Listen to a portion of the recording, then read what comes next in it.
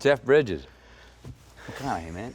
Good Captain Matthew, good to meet you. I feel like man. I've met you, Well, or at least yeah. we've hung out many times. But then if I look at my calendar of 47 years, this is our first Now, time. don't you find that with actors that we're kind of, I don't know, but is it a club, a fraternity, or sorority, or whatever you want to call it, that not all actors, but most, I find, you just link up because we have so much in common. All that fear we got to address and get through it and all of that, right? So, I mean, we met just a few moments ago. Oh, yeah, brother. Yeah, right. No, maybe we were we were brothers from another mother somewhere, another life, I don't know. And I do feel that there is a fraternity with actors, but I mean, you in particular and specifically, I felt like I know that guy. I've met him. I've also grown up watching your movies all the way back to Against All Odds, and King Kong was my favorite one, introducing Jessica Lange when you were in there. So Rachel Ward. Oh, yeah. Against All Odds. I just wanted to be everywhere you guys were. Everywhere you were. Let me ask you a question about Hell or High Water, which I just saw, and we've been talking about that director and your experience on that.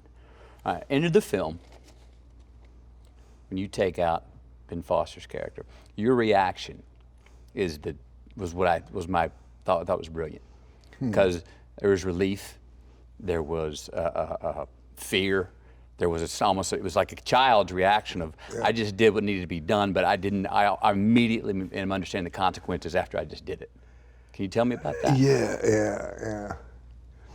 Well, now as you ask that question, I don't know how you feel about this. I like to expose the back thing, and I take pictures from the, behind the movies a lot with this wide lux camera, so I'm as guilty as anybody. But in a way, it's a bit like saying, I'm going to show you a magic trick. Now look at this hat, and you see there's a false bottom, and then a little rabbit fits in there, and then you show the trick, So I'm a little concerned about having people, but this is tough. This is an assignment. This is a hard part of for me, I find it so difficult. This is the kind of the barker at the carousel part of our profession, right? Well, come see our movie, everybody. How do you frame it without spoiling the thing? I love seeing movies. My favorite way to see a movie is to not to know anything about it. Right. Like. I'm thinking of some of your movies, like Magic Mike, for instance. Yeah. I had no idea, and it came across. But now you asked me that question. Now, let me get into it as best I can. So, I mean, we're, I didn't mean to, mess you up. Let me see let me struggle with it. So, you shoot the guy, like you say, a lot of emotions are going on. You can imagine, in real life, if that was going on, your best friend, been killed. You don't know if you can get this guy. You're old. You're out of breath. You should having like that. You pop him, relief. I got it. This stranger's looking at you like that. All right, let's get out. Yeah. I don't, you just kind of throw it, you throw it, and sometimes, starting a scene, just where you are before they say action, don't you? That's kind of a big thing, don't you think? Entrance. Where you are, and so. And then you go, how you set off, and you often say, well, what can I do? And sometimes just, I'll ask the, thespian God, or whatever, you say, what, take me, what do you want me to do? Don't do anything. Just relax. I got a friend who says, try and fuck it up. Watch, it's impossible. Try. Oh, yeah, there you go. Try and there fuck you it up. go. You can't. Maybe one of these bank robbers is going to want a gunfight, and I can dodge my retirement in a blaze of glory. Well, I seen you shoot. Won't be much glory in it. Have you worked with Kevin Bacon? No. He said, great thing, we were doing a scene. And, I don't know about you, but I got a lot of anxiety when I'm working, tension, especially when the material's good, you want to do it justice, So we're doing the scenes, a bunch of actors, around, and Kevin's there, and he says, come on, guys. And we rally around, he says, now just remember, everything depends on this. Right, and it kind of puts it all in perspective. Yeah. Oh yeah, lighten up. Yeah. But also, that moment, what you bring in that moment, that is everything. How you're, dancing in the moment. Yeah. I don't know. Well, you talk about approach. Where are you right before going in? I hear you, because you don't want to be. I've done it before where, if you do one, you do it taking like that. I hit it on the screws, right? And if the director or somebody says, "Oh, that was really good," and you point out, you get conscious of what you did, the next take's going to suck, because I'll be anticipating, oh, I'm going to really hit that thing that was so true. And then I put a cherry on top of a cherry, and you're like, well, that was bullshit. Oh, yeah. Or have you had the experience where you think, oh, man, I kicked that thing. Oh, shit. Then you go see dailies the next day, and there's some asshole up there cathartic. Has nothing to do with telling the story. You got off, because it feels great to have all that, But it doesn't apply to the story you're telling, And other times when the director will say, "We've got to move on," you say, "I wasn't feeling it," and then you see the dailies and you go, "Oh, he was right. It's fine." Right. Huh? Isn't that? I've heard that great quote. There's a difference between self-expression and art. I've done it before, and I've seen it where you go off and you get off. Yeah. But in the context of telling the story and the building and architecture of the character, you're going, well, okay, that was a one-man show, but what movie was that in? That's right. Great, but that doesn't fit in what we're building. Yeah. You see these hands, Brian? These are my father's hands. I've scratched and clawed through the hot earth with these hands, and I will bury you with these hands. Say, hey, I recently saw Gold, man. Dug that movie. Now tell me about that. Tell me how that came about, what attracted you to it and all that. Came at me about 4 years ago. One of 3 scripts I've read. First one was Dazed Confused, second was Magic Mike, and third one being Gold, where after reading it one time, I said, I gotta be this guy. Yeah, oh wow. I immediately felt like I was seeing him from the inside out. And, that can be, sometimes it happens early, sometimes we have to work our ass off to get to there, sometimes it doesn't even happen at all. And this, after one read, and then I went and researched the true parts of the events of this story, there was an immediate understanding for me through an impression that I had of my father in 1986. So I'm 16, day before Christmas. And Dad says, come on, buddy, let's go get some stocking stuffers at Kmart. So we hop in his Dodge Ram Charger, head up I-59 Southwest Houston. It's a gray, sleety day. He gets off early before the Kmart, goes under the overpass and pulls in a single-story abandoned shopping mall. Broken glass, graffiti. We go around back. Dumpsters, down power lines. There's a white van down there, and the guy flashes the lights. We pull up. My bop says, stay here. This is Chicago John. All right, and I'm 16 going, this is great. What are we up to, man? It's 2:30 in the afternoon before Christmas. Well, this little short, bald, pudgy guy gets out in a leather jacket. He goes and he opens up the back of the van, and there's a kitchen sink back there. There's a washing machine, microwave, like a walk-in pawn shop, right? He opens up a little glove box, a little shoebox, pulls something out wrapped in paper towels. He goes and backs into the open door of the passenger seat of the van, and my dad's in front of him, so my dad's got his back to me. Well, whatever he opened up made my dad's shoulders go, oh, geez. And my dad gets this thing, reaches in his pocket, and I see my dad from behind doing this. And I know that move. I go, this is Dad counting out hundreds. Wow. This is Benjamin Franklin's going out for whatever was in that shoebox. He comes back to the car, hands it to me, says, put it in the glove box, buddy. We drive off, don't say a word. And I don't know if we got a cobra, a ferret, what do we got? Yeah. And we drive for about 5 minutes without a word being said, and he finally says, reach in the glove box, buddy, see if it's still there. I'm 16, this is great. What the hell is it, right? I pull it out, I open it on the middle console, and there's this silver watch. And my dad goes, God damn, buddy, that's a $22,000 titanium Rolex, and I just got it for $3,000. Put it away, put it away. Well, that watch wasn't worth $500, man. But he loved the shady deal. He loved to work with, he would rather do a shady deal with fun people than a straight deal with straight people, a good deal with straight people. And in that moment of my dad counting the money, that's where I saw the spirit of Kenny Wells, you know? Guys that got to come in the side door to get the American dream. Yeah. You know what I mean? And sometimes sometimes that kind of approach works. Sometimes it doesn't. Like all approaches, I think. Don't you think? Yeah. I mean, it seems to be. If anything, I'm kind of learning that. Well, when I find something that really works, I'll lock onto it. I'm learning to go. Don't lock onto anything. You know, that can work and keep That's that in your true. quiver, but you may have a different inspiration for another character that you've Yeah. never had before. Yeah. So I'm trying as I do this longer, trying to put less and less rules on myself on how to go about it. Oh yeah. You know what I mean?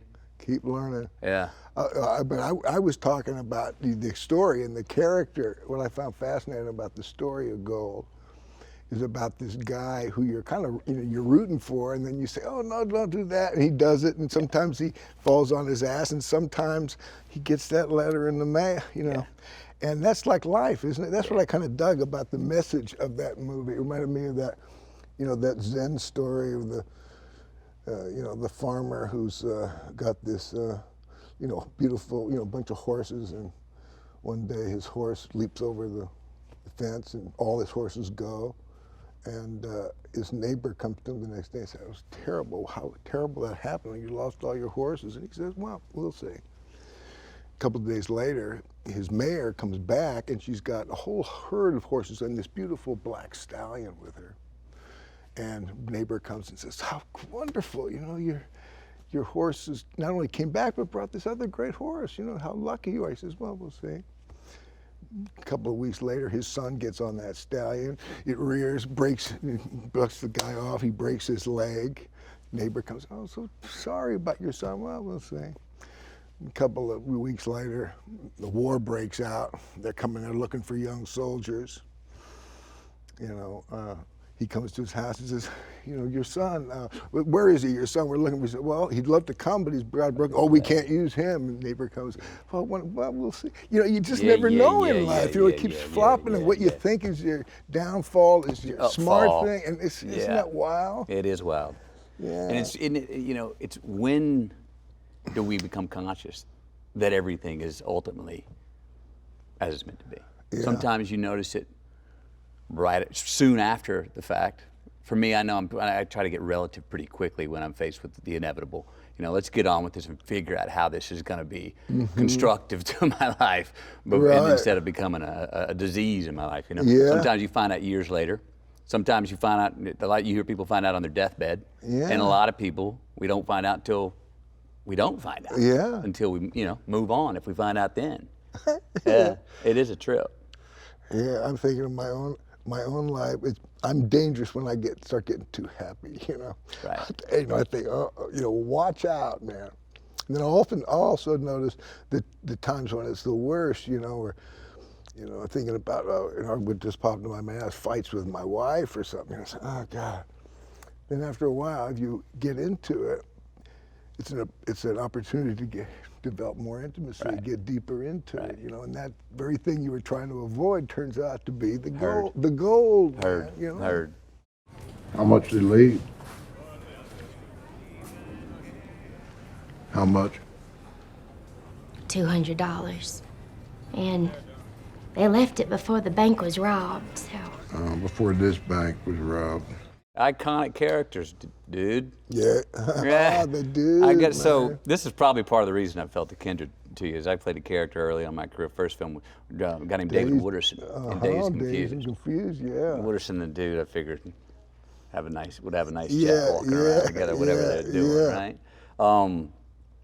How do you? The dude goes with you. People come up. I mean, I have some people come up to me and say the first line of the Days line, and I'll say the second half back, and that's my favorite fans, kind of, because I'll just. Yeah. But I have certain Wooderson fans who are like, well, quote Wooderson to me. Now, people come up obviously to you, quote the dude and stuff all the time. How's that feel? Oh, well, I love that, man. I mean, I'm such a fan of that movie. What a good movie. I mean, whether I was in it or not, it'd probably be one of my favorite movies.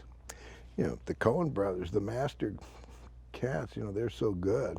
So any kind of recognition from that movie, I never get tired of it, or, Right. I have a band, man. We're called the Abiders. There you go, man. I'm realizing a so teenage not only dream. you putting up with it, you're like shaking hands and going, let's turn it and up. we performed. I had my Beatle moment, man. I went to a Lebowski Fest. They got these 2-day fest, and we showed up, and played, and that's my Beatle moment, playing to a sea of dudes and bowling pins, and, oh God. I knew that. dig it. I was damn sure that was going to be your answer. Oh, yeah. That you were just going to go, oh, I love it. You mean I'm proud of it. I love the movie. Man. I embrace it. I actually, band's name, The Abiders, we go play at the Dude Fest. I just figured that was going to be your answer. But that wouldn't be everybody's answer. You know, I there are guess some you people get that go, tired of I'm it. tired of them asking me to play my greatest hits. Tired of them to ask me to play my hit. Would you please see me for what I'm doing now? There would be people sitting in your seat that might It's such say that. it's such a good movie. Those guys. This is the kind of thing I admire in acting or directing, or anything where you don't see the effort. It's like falling off a log, you know. And those guys, you look at that movie, and it's just, you know, it's bold. Your performance in Gold is quite bold, but it seems like it's no big deal, you know. Same thing with you know, like Lebowski. There's some bold stuff in there, like Turturro, man. Jeez. Yeah. You know, I'll be sitting there spinning, you know, the TV clicker, you know, and Lebowski will come. I say, well, I'll just watch till Turturro licks the ball, and I'll, you know, move on. And then I say, well, I'll watch, and then I can't stop because each scene is just candy, man. It's just so good. I don't know. Tell me about that, making it look easy, because you make it look really easy. I've heard people tell me, McConaughey, you make it look easy. You look like you rolled out of bed, didn't prepare, and just you walked on set and like did it. And I know that I can't do that. I know it takes a whole lot of work for me to make it look easy. Well, something comes to mind from what you just said a little while back about you know, learning to, you know, don't you know, approach it in a different way. What did you say? Something about, you know, not putting fewer rules on fewer rules. So one of my rules, the way I approach most stuff, is I like to be prepared, man. I like to know my lines. You know, some guys, you know, you ever worked with a guy who uses an earwig and doesn't know his lines? That's kind of, I was jealous when I saw that. I said, oh, I want to do that. I didn't do that, but I'm getting off the track here. Being prepared. So I like to be prepared. You know? So I'm doing this movie, Iron Man, you know, with Downey, who you've worked with, Downey, right? And Jon Favreau is directing. You know, God, what a director! Yeah, man. He is good. Chef, did you see Chef? Yeah, I love Chef. Watched it with my son. Oh man, so good. Yeah. So it's Marvel's first superhero movie, and the script's not right, you know. And so I said, well, we got Downey and Favreau. We'll work on it. We worked on it for a couple of weeks, and we got it kind of polished up pretty good. And we're gonna go to work the next day, and we get a call from the Marvel guys and say, oh no, this is none of this won't fly, what you guys have written here. So it turned out that many times, I don't know how many, you know, maybe 10, 12, 15 times, we'd show up for the day's work, not knowing what we were gonna shoot. All the guys are in the studio tapping their foot, looking at the watch, and we're in my trailer trying to figure out our lines, man, you know. You know, saying, on the day. On the day, Downey's saying, you know, you try my part, I'll try your part. You know, Favreau calling up writer friends he knows. Now here's the scene. You know, what do you think? You know, this is the day, and it's driving me crazy. I'm pissed. You know, I said, until I made this little adjustment in my head, and that adjustment was, Jeff, just relax. You are in a $200 million student film. Have fun, just relax. And then I said, oh yeah, I got these guys, you know, Favreau, you know, great improviser. And I loved the movie. It was great, but it took me a while. I was, you know, pissed because you know, you talk about preparation. That effortlessness often takes a lot of effort, you know, to make to feel, give it that falling off like you're just a fly on the wall kind of thing. Yeah. But it doesn't always have to be that way, you know, like you were saying, you know, shake up your own rules about things, you know. Well, I kind of came into this industry ass backwards. I kind of got found in the right bar early on, hadn't done any acting, and did some work and came out to Hollywood and started getting some jobs. And then I found a lady who started teaching me my rights as an actor in 5 years after I'd done stuff, and then worked with her for 19 years.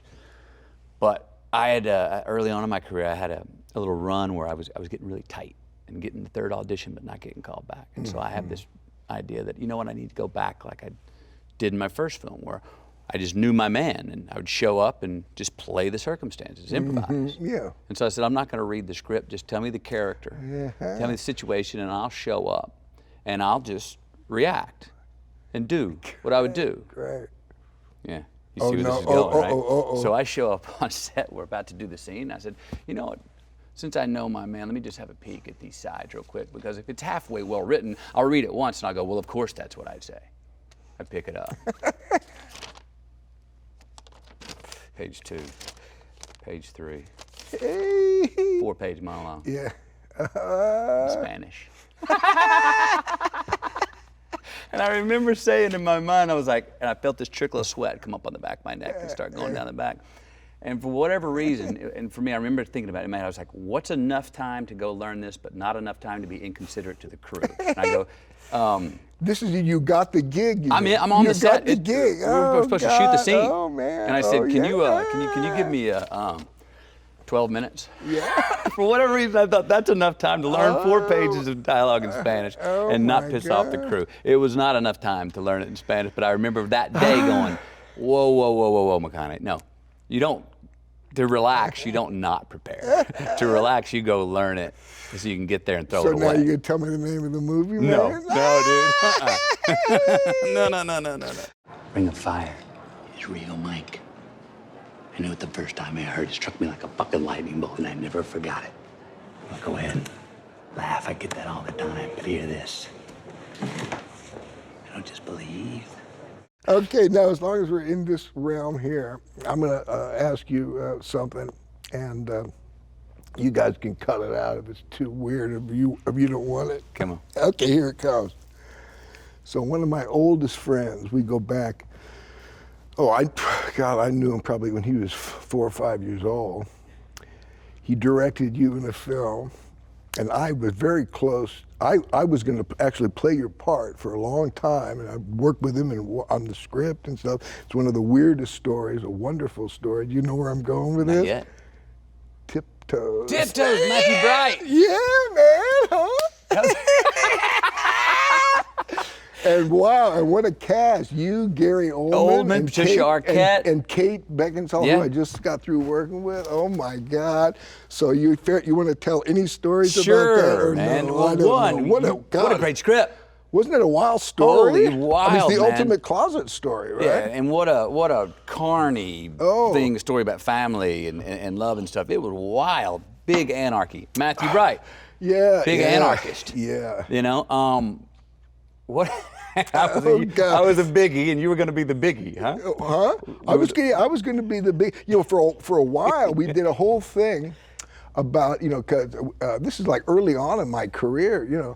We're going to work off my dad being Mike Nelson, the sea hunt macho thing. Yeah. It'd be a whole diving thing, and I worked with him on it for years. No shit. But we worked with Billy Barty. Was Billy Barty in the thing? I can't remember. I don't know. This is about just we're not really just talking with not people here. There's really cameras and stuff, so we got to explain it just a little bit. Gary Oldman plays a dwarf. Yeah. Gary And you play his brother who's got the genes. He's got the gene. Doesn't want to have a child. Wow. Nor introduce my wife-to-be to my family because my family's a bunch of shorties. And I got the gene, having a real problem with the science of the matter is if you've got the gene, even if you're normal size, you can pass the gene on and have another dwarf. Yeah. So in there is a very carny drama we're talking about. And we made it. unfortunately, like so many movies, I think this is what's the case with this one. No matter what, if the movie's good or bad, there's so many places where a movie can fall apart. Whether it's you can have a great experience, like God, we got a great one here. Yeah. Then they choose the wrong take, the editing screws up, or the distribution. And in that case, I think the distribution was they kind of kicked Matt to the side, cut it against. That happens a lot. Yeah. And so that didn't see much light of day. But what a great title too. Tiptoes. Tiptoes. Yeah, all right. It was a weird little venture, but who knows? I got it. Here we go. Music. Tell me about it in your life. Obviously, it's important. Oh To you, yeah. it's something that's very important in mine. Oh, yeah. Not just literally, but also with the work that I get to do, making soundtracks for each character, different beats, rhythms for each scene. I Takes did me that. out of my head. Yeah. You know, great story like telling Richard Linklater, Dazed Confused, first film. His, you know, his Wow. first direction to every character was, handed everybody a cassette that he had specifically made soundtracks for their character. Said, "Hey man, have a listen. I think this is what your guy might be listening to." Yeah. Is that not a fun way to go work? Time, big time. Music plays such a big part in my experience of acting. When you ask that question, so many things pop into my head. I'm trying to even what to say. You know, I'll just talk about Peter Weir. You know, in this movie Fearless that we did, he would score every day of work. So the cast and the crew were all in the same groove, you know. Isn't that a cool thing? Then he would score the dailies, you know. So everybody was on the same frequency. Yeah, every frequency. And then, you know, in Heaven's Gate, Christopherson brought all his, you know, bunch of his music buddies with him. You know, Ronnie Hawkins, T-Bone Burnett, Stephen Bruton, this guy who became a dear friend, and we used to just jam all the time. It's a great way too. I find so many actors are musicians as well. It's a great way of warming up and kind of, you know, playing together, because that's what we're doing when we're acting together. We're playing. It's just on another kind of realm. And so on that Heaven's Gate, I met T-Bone Burnett, who we became, you know, fast friends, and he was the music supervisor for Lebowski, and I got a movie script to play this guy in Crazy Heart, you know, and I got it for a couple of years, and I turned it down because there was no music attached to it, and the script was pretty good, but the music wasn't there, and I said, wow, that was a close one. I don't know about you, but I find my anxiety rises when you know, the greater the gift the role is, the more, you know, anxious I am to pull it off. You know, Until am I you going to remind be yourself to say it's a $200 million student film? until I just, you know, kind of relax. So I run into T-Bone in the street, and he says, "What do you think about Crazy Heart?" And I said, "Oh, I don't know, it's pretty good, but there's no music." He goes, "Oh, you know, I can figure that out." I said, why do you say that? Are you interested?" And I said, "Well, you know," he says, "Well, I'll do it if you'll do it."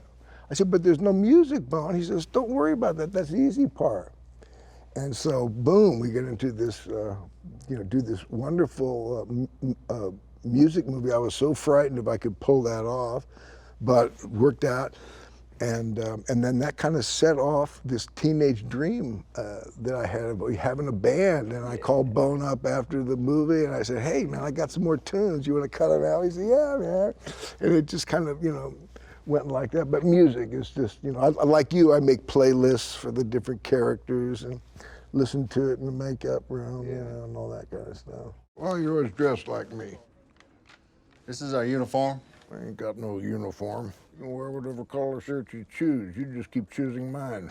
Ranger regs say white, blue, or tan dress shirt. Stands to reason every once in a while we're gonna be dressed the same. What's budget on Hell or High Water? You I know? think about 12 or 15, 12. between 12 15. It was, you know, this guy.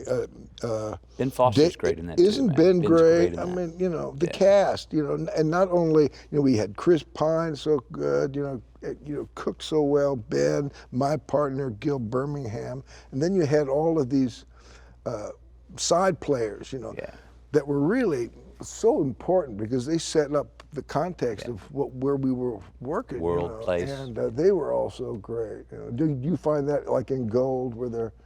We had wonderful cast around us, and our Gold took us obviously from dusty bars of Reno to jungles of Indonesia to the top floor of Wall Street. Yeah. Now, you went to all those places? Thailand for Oh, Indonesia, man. Albuquerque for Reno, New York for New York. So we were, as much as the look was the place, it was the people and the actors that defined the place.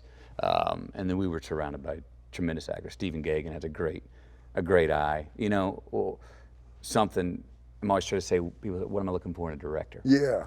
And I don't know, I've got many different answers, but the one that I'm going with now, and it's been sat with me pretty well for the last few years, is I want to have a similar sense of humor and a similar sense of what's cool. And when I say cool, I mean like if reality's cool and hanging your hat on humanity at every point and telling the truth on the man and truth in the film is cool, well then that's cool. Cool, not an attitude. You know what I mean? And then sense of humor. I think if I get those two are kind of, if I'm in the pocket with those two, then I feel like I can fully trust whatever's coming at me, and I can fully and freely share it, and we can just go dance 4-dimensional. And then what happens if you don't get that, man? What do you do? And you've already come on board because you dig the story so much. Or whatever.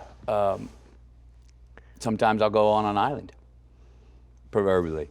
You'll just go inside. Just go in and go. I'm playing a different beat. You know what? I'm gonna hopefully and trust that the beat I'm on is gonna fit in the rhythm of this whole album, even though I thought it was a rock album and it's not. You know what I mean? And I'm just gonna play my instrument and just kind of keep it simple. You know, note for note. Hopefully, end up making the music. But I mean, you know, I'd much rather be, when I talk about the rhythm, I'd rather be. You talk about entrances and exits earlier, how you enter a scene. That's where the music starts. That's where you're singing the song. I don't want to play note for note. I do want to sing the song though. Yeah. In a role, you know. Right. Because I love directors that just they don't have to say much, you know, but just the vibe that they create, a kind of a relaxation that everybody can do their best work, have the good stuff, you know, come through, you know. No big deal kind of thing. Right. You know? That's kind of what I like. But you don't always get what you like, man. You what? So you don't always get what you like. Right. Then you got to do some Thespo judo kind of thing. Thespian judo? Yeah, man, you know. Yeah.